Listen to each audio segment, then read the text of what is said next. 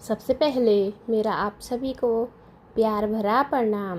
मैं मधु जोशी स्वागत करती हूँ आपका अपने YouTube चैनल मधु गढ़वाली 121 पे।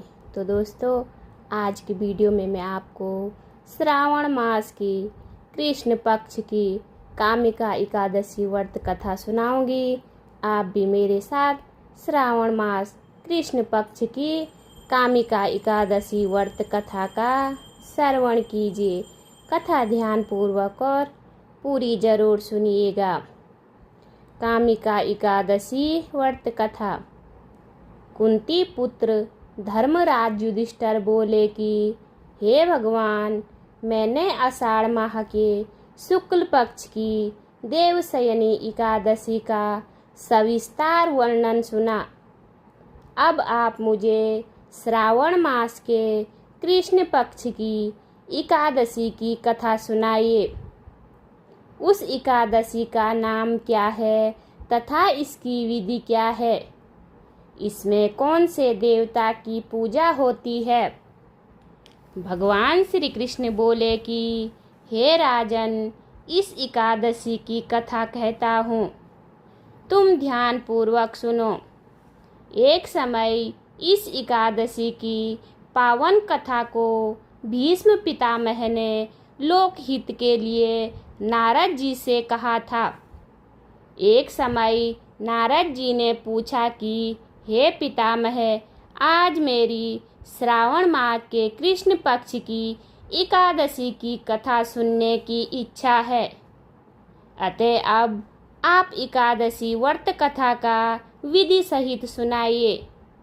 भीष्म पितामह नारद के वचनों को सुनकर बोले कि हे नारद जी, आपने मुझसे अत्यंत सुंदर प्रश्न किया है। आप ध्यान लगाकर सुनिए। श्रावण मास के कृष्ण पक्ष की एकादशी का नाम कामिका एकादशी है। इस एकादशी की कथा के सुनने मात्र से ही वाजपेय यज्ञ का फल मिलता है।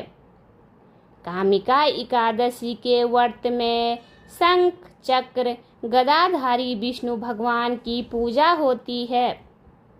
जो मनुष्य इस एकादशी की धूप दीप नैवेद्य आदि से भगवान विष्णु की पूजा करते हैं, उन्हें गंगा स्नान के फल से भी बड़ा फल मिलता है।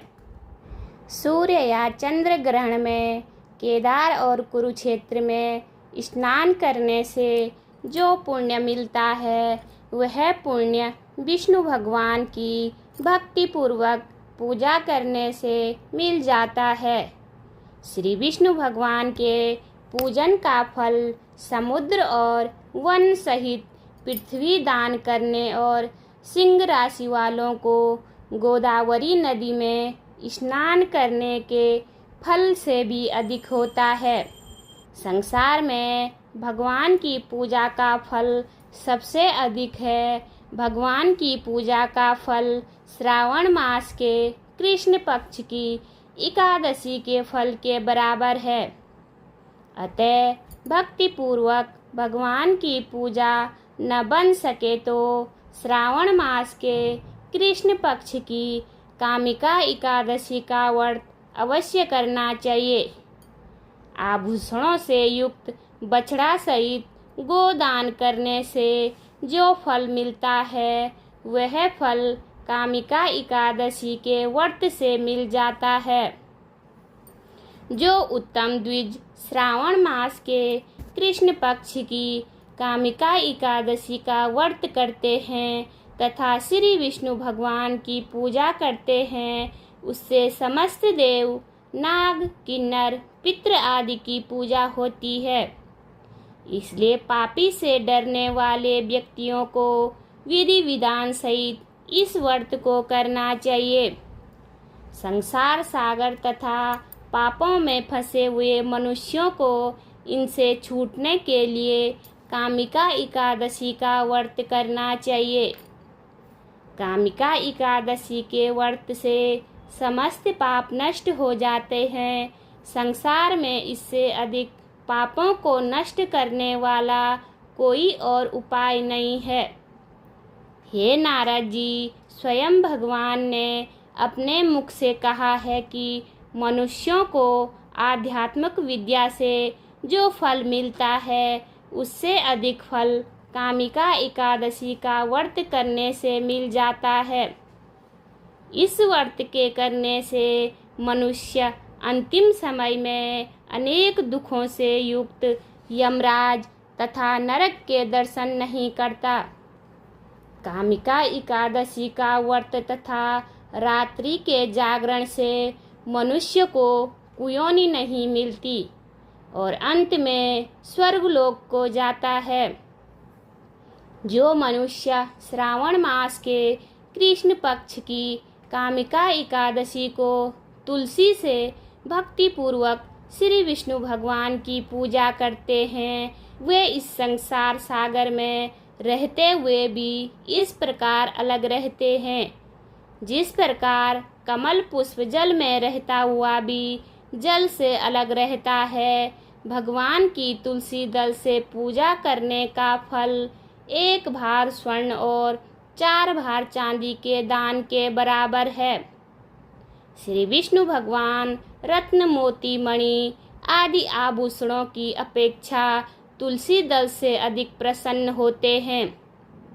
जो मनुष्य भगवान की तुलसी दल से पूजा करते हैं उनके समस्त पाप नष्ट हो जाते हैं।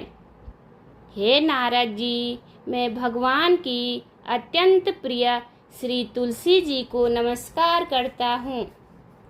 तुलसी जी के दर्शन मात्र से मनुष्य के समस्त पाप नष्ट हो जाते हैं और शरीर के स्पर्श मात्र से मनुष्य पवित्र हो जाता है। तुलसी जी को जल से स्नान करने से मनुष्य की समस्त यम यातनाएं नष्ट हो जाती है। जो मनुष्य तुलसी जी को भक्ति पूर्वक भगवान के चरण कमलों में अर्पित करता है उसे मुक्ति मिलती है। जो मनुष्य इस कामिका एकादशी की रात्रि को जागरण करते हैं और दीप दान करते हैं, उनके पुण्यों को लिखने में चित्रगुप्त भी असमर्थ है। जो मनुष्य एकादशी के दिन भगवान के सामने दीप जलाते हैं, उनके पितृ स्वर्गलोक में अमृत का पान करते हैं। जो मनुष्य भगवान के सामने घी या तिल के तेल का दीपक जलाते हैं, उनको सूर्यलोक में भी सहस्त्रों दीपकों का प्रकाश मिलता है। प्रत्येक मनुष्य को इस एकादशी का व्रत अवश्य करना चाहिए। इस व्रत के करने से ब्रह्म हत्या, ब्राह्मण हत्या आदि के समस्त पाप नष्ट हो जाते हैं और इस लोक में सुख भोग कर अंत में वे श्री विष्णु लोक को जाते हैं। इस कामिका एकादशी के महात्म्य के श्रवण व पठन करने से मनुष्य स्वर्गलोक को जाते हैं। बोलिए विष्णु भगवान की जय। उम्मीद करती हूँ आपको वीडियो पसंद आई होगी। वीडियो पसंद आए तो वीडियो पे लाइक कीजिए, कमेंट कीजिए, अपने दोस्तों के साथ शेयर कीजिए। चैनल पे नए हो तो सब्सक्राइब ज़रूर कीजिए। मैं मधु जोशी मिलती हूँ आपको अगली वीडियो में। तब तक के लिए बाय बाय, धन्यवाद।